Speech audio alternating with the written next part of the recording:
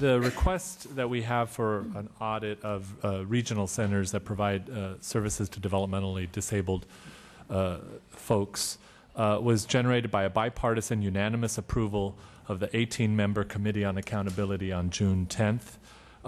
This was a hearing that we had to discuss allegations of preferential treatment of vendors, refusals to provide operational information, and acts of retaliation at regional centers in the state of California. The regional center system is a network of 21 private, not-for-profit organizations that purchase services for the people with developmental disabilities.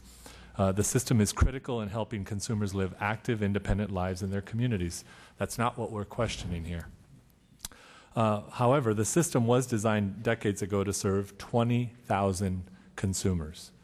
Today, it receives approximately $4 billion to serve 240,000 customers. Clearly, the model that was created under the Lanterman Act has evolved significantly, and I think we haven't kept up with the times. There are oversight requirements in the Lanterman Act with respect to health and safety and consumer access to services, but it is silent about operational transparency and accountability. Despite being not-for-profit, regional centers make decisions about how to spend $4 billion in state money every year, and that requires us to ensure that that money is spent properly. Another quasi-public example is that regional center employees are CalPERS members. We have some school district employees that aren't CalPERS members or CalSTRS members. And here we have regional centers that are nonprofits that have their employees in the CalPERS system. They have no whistleblower protections. Again, they're nonprofits, quasi-public, but there's no whistleblower protections that you would have working for the state government. Federal whistleblowers are in effect, though, because most of their money's federal.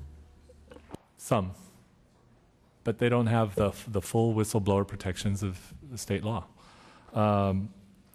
So this fear of retaliation is a barrier to oversight and accountability. Requests for basic operational information from providers, consumers, even area boards have been denied.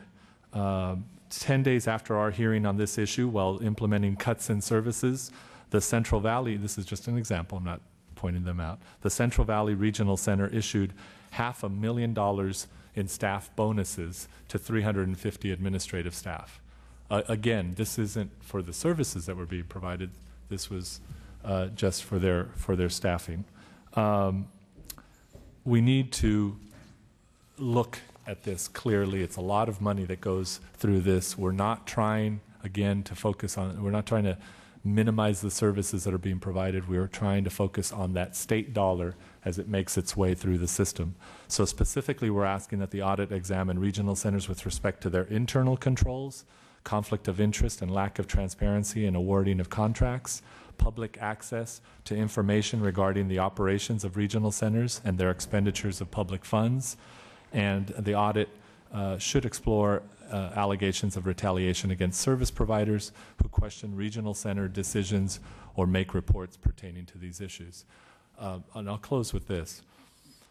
We had one witness come and testify, even though there were several that had been in communication with us.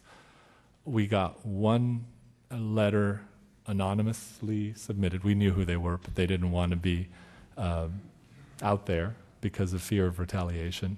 And then there was another one who signed the letter but didn't want to come up. We're not talking about national security here. We're talking about folks with developmental disabilities that need services, and we're supposed to be providing for those services. And somehow it's just not working. So I ask for your support of this request for an audit.